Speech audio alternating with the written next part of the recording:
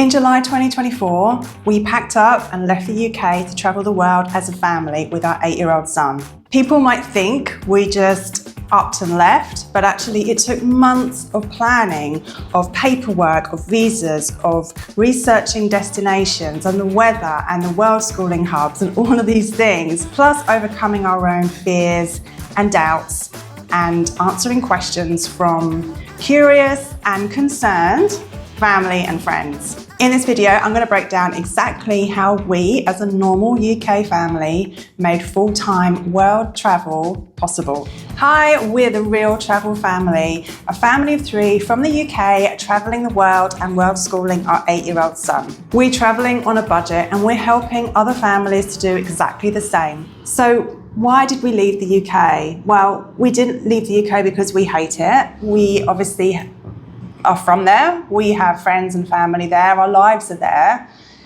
We left for a few reasons though. I think first of all, the high cost of living, it's just getting ridiculous, isn't it? Living in the UK, the cost of food, the cost of petrol, the cost of, day-to-day living, obviously rent and mortgage and everything is going up. We didn't want to spend our lives working hard just to pay the bills, just to buy food and not have any money to do anything else. So I know the cost of living has obviously gone up everywhere in the world, but that was one of the big reasons because, our money just didn't go as far. For us, there was also that sense of we don't get to see each other. We don't spend any time together. We're always busy. We're always at work, always at school, always doing something. And then the weekends were just rushing around, doing the shopping, and doing all the things that we had to do, ready for the next week. There's no end in sight. There's no break. There's no ease in our day.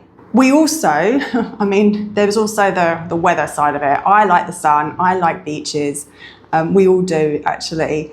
And the English weather is it's not for us. The winters are too long, the summers are too short. The summers in the UK are amazing, but they're too short. And I think really we just kind of realised that we've travelled a lot in the past, myself and Jeff. We met in Thailand, we travelled the world together, we've done a lot of travelling, and we always knew that we didn't want to stop just because Jai was with us.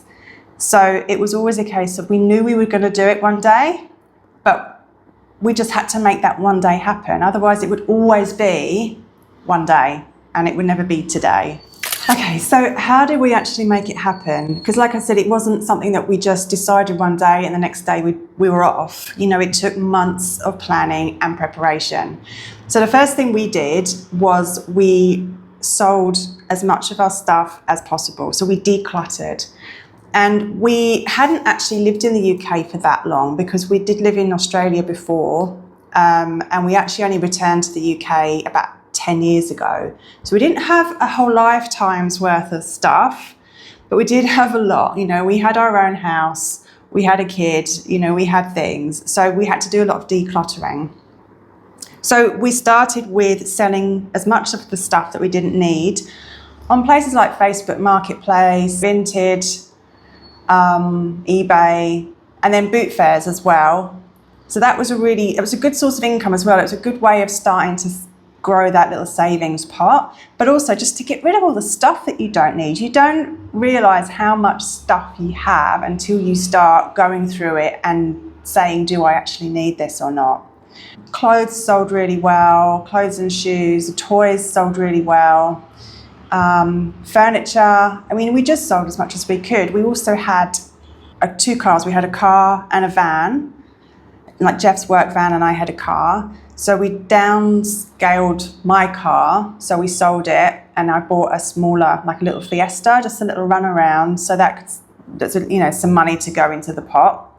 So it wasn't just about the money that we got from selling these things. It was also about the sort of mindset side of it. Like psychologically, we could see our things were going, we could see our space was emptying, and then it felt real, it felt like it was going to happen. So it's a really good feeling. It's a sense of freedom actually to get rid of a lot of your stuff. And then we had to research world school hubs. So I didn't know that much about world schooling before. I did homeschool Jai, so I was kind of used to homeschooling. He'd been homeschooled for a bit, then he'd gone into school. So I was aware of how that kind of worked, homeschool resources and things, but not world schooling. It was a bit different for me. It was very new. So we wanted something that was going to be obviously affordable because we travel on a budget, in the places that we wanted to travel to, and obviously safe and good quality. You know, we wanted good recommendations and reviews. So we looked into all of those things. I spent a lot of time on Facebook. Facebook groups were fantastic for that. And there's always people sort of reviewing hubs, and you can ask questions of people who have been involved in those hubs to find out what they thought.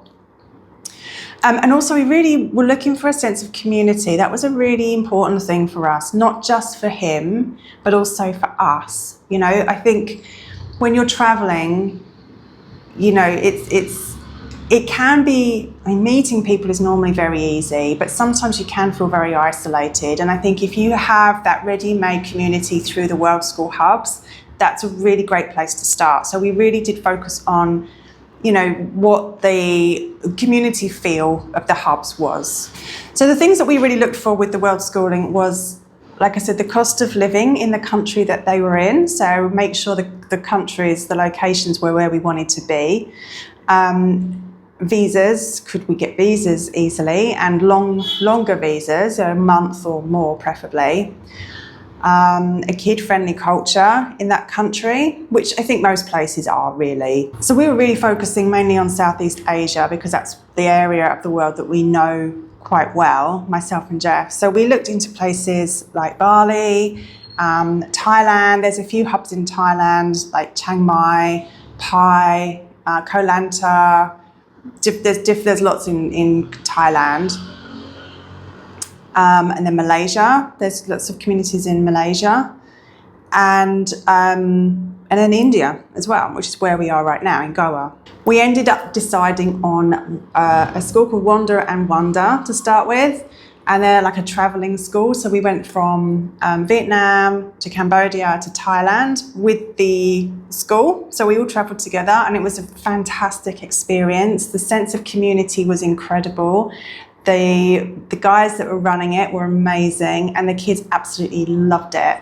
The link to that school is in the description if you want to check them out.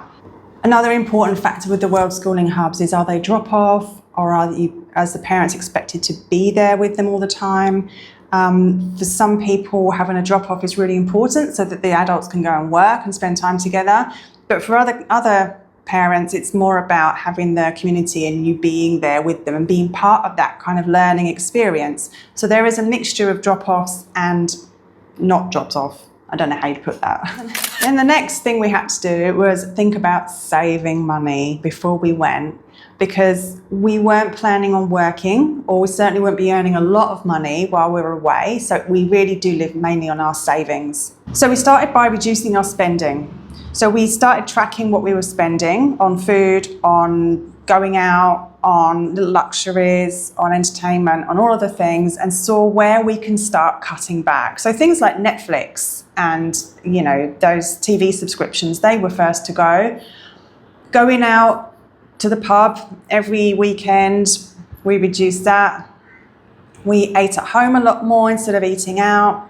We were a lot more mindful of grocery shopping purchases, so we would go for the cheaper options rather than the more luxury items. And we stopped shopping in places like Sainsbury's and Tesco's and just stuck to Aldi and Lidl. We looked at things like our phone plans and car insurance and all of those other things, and saw where we can start to reduce any payments that we're paying out every month. Like I said, I downsized my car. I went from a nice car to a little cheap runaround, and that gave us a few grand to put in the pot. And then the main other source of income that we have now is we actually rented out our house. So we get rent every month. We do go through an estate agent just for peace of mind. But yeah, that's another way we're sort of bringing in some money. But honestly, you don't need as much as you might think to start with. it depends where you're going to go. If you're going to travel around Europe, you obviously need more. But if you're going to go somewhere like India, you don't actually need a huge amount of money, but you do need some. Then we learned how to lower our cost of living while we were still in the UK. So like I said, we did sort of reduce all the little extras that we didn't need. But even things like we cooked more at home instead of going out. We didn't buy new things like new clothes unless we really needed them. And obviously we needed new stuff to come away with, but we didn't keep going shopping. I wasn't always on Amazon anymore. We stopped buying, stuff. So all the extra toys that Jai wants all the time, things for the home, all the little things that you just don't really need. Or, if you go spending all your time on eBay and Amazon buying things, and that's just got to stop. Because you don't need these extra things. You're going to have to get rid of them, but also it's just money you're just getting rid of that you could save. So we started living as though we were already traveling, because then that made the transition a lot easier, not just for me and Jeff, but also for Jai, because he understood that we were going to be reducing our spending, reducing our material things, and that's okay. There's nothing wrong with that. The next really important thing we did was the paperwork. The paperwork always is something that I do rather than Jeff, and it's not my favourite thing to do, but so making sure our passports are up to date. We had to renew our Australian passports. Make sure you have 6 months on your passports. Then there was things like travel insurance, which we did take out. I do like to take out travel insurance just because, I broke my wrist in Thailand, and if something happens, you're going to regret not having it.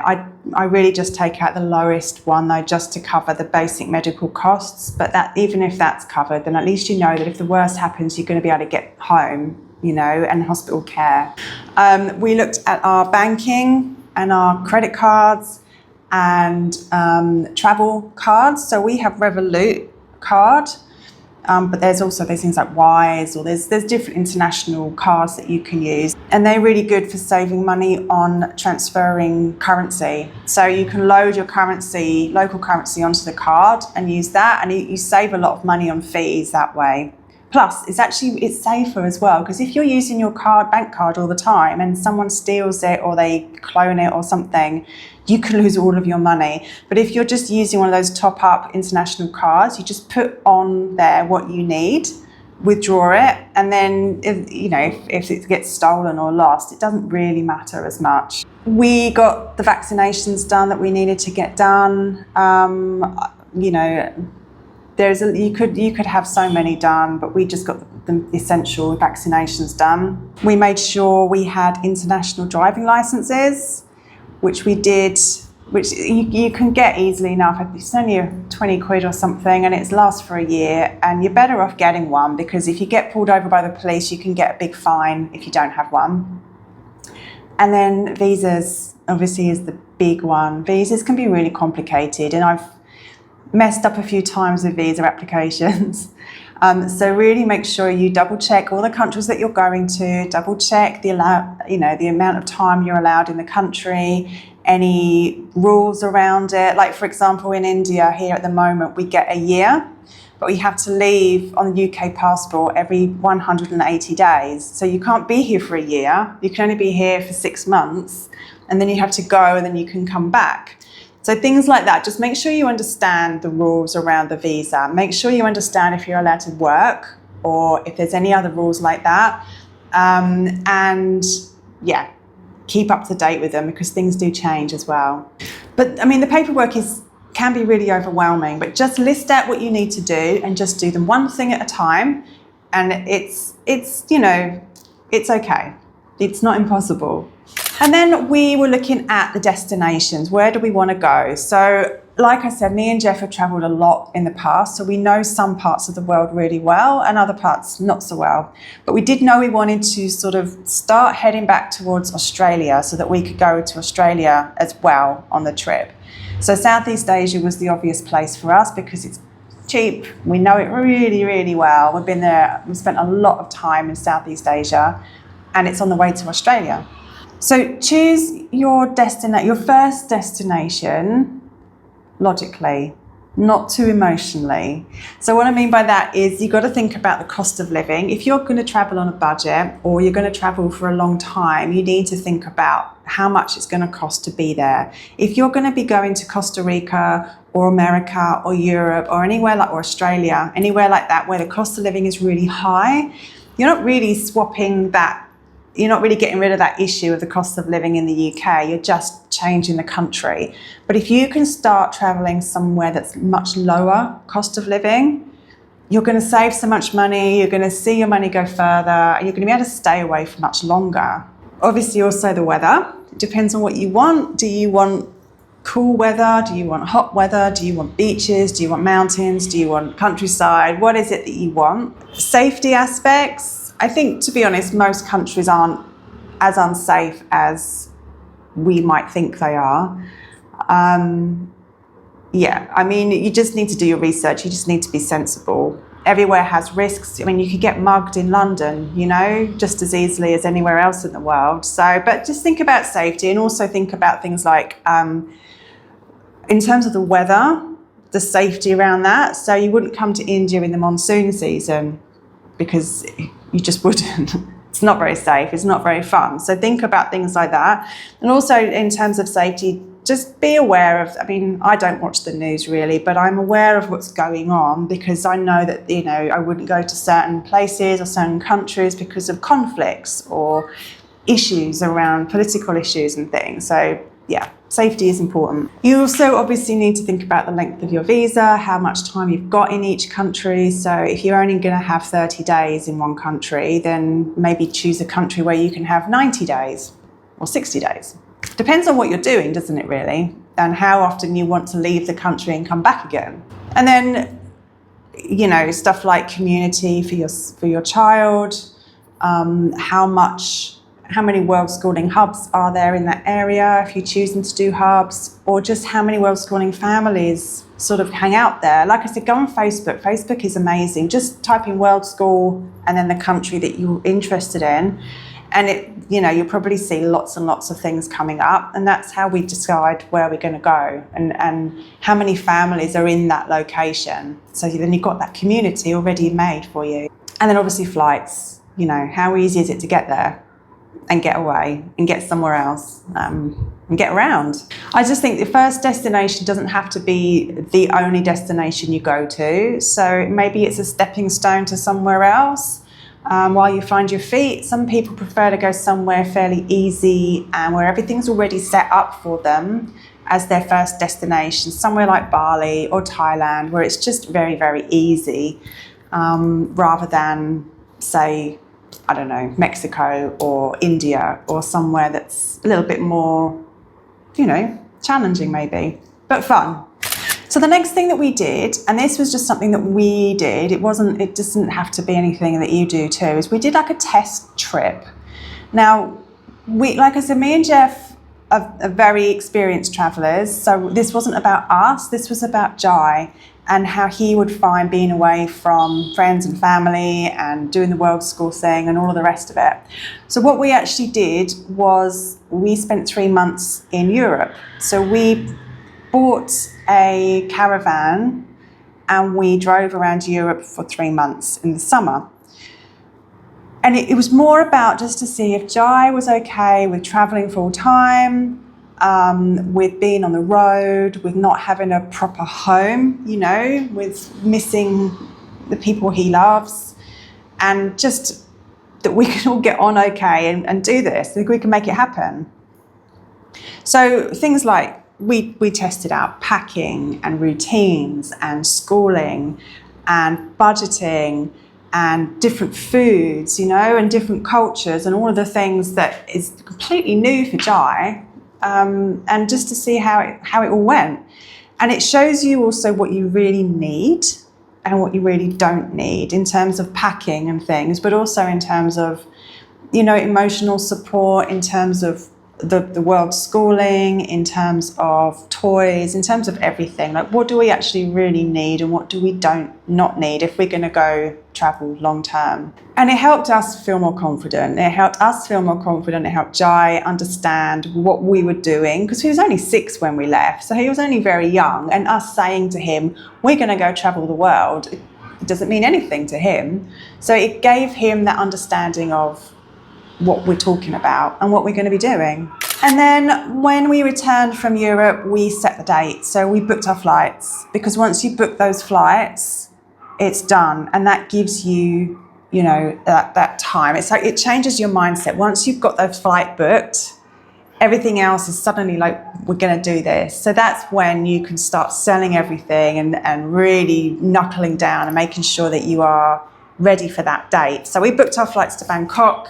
That was it. That was the deadline. So from then on, we had to just finish all the clearing out. We had to make even more money and save even more money. But it's definitely a mindset shift once you have those flights booked. So now we've been away for about 1.5 years. And full-time travel now is just part of our lives. We slow travel. We don't rush from country to country. We've been, for example, we've been here in Goa for the last nearly 3 months, and it feels like home. We go to the same supermarket. We have the same morning routine. We do the same schooling activities. We go to the same, we do mix it up. We go to the same restaurants and cafes, and we know people, we know the locals. There's a really nice community here. Everyone supports each other, everyone looks out for each other, the kids know each other, and it's fantastic. And having that in our lives gives us that stability and that grounding and that routine, which is good for us and it's great for Jai. We don't spend a huge amount of money. We don't have all the luxuries. We live as low cost as possible. But that doesn't mean we go without. We've got a scooter, we scoot about, we go to different places. There's lots going on here that we do spend money on. Of course, Jai gets his ice creams and things. We're not tight, but we are just mindful of how much we're spending. But somewhere like India, really, it's so cheap. And life is slower, it's easier, it's not so stressed. The feeling that we were rushing day to day, stuck in that hamster wheel, that just isn't here anymore. Even though we have routines aren't necessarily bad. It's just the way that it was set up in the UK of work and school and then weekends and then work and school and weekends. It's just no good for us. It's not good for anybody, I don't think. So here it's just a slower, easier way of life. And even though he does have school and even though I do work, it's much more flexible and we have much more time together and we can do the things we want to do without worrying about, having to fit our lives into the system, really. If this resonates with you and you're dreaming of doing the same thing, but you're stuck in that planning or the saving or the, what if kind of stage of it all, I help families to map out their first year of travel without this overwhelm. All of my resources and guides and one-to-one coaching is all linked in the description. Don't forget to like and subscribe to this channel, and I will see you next time.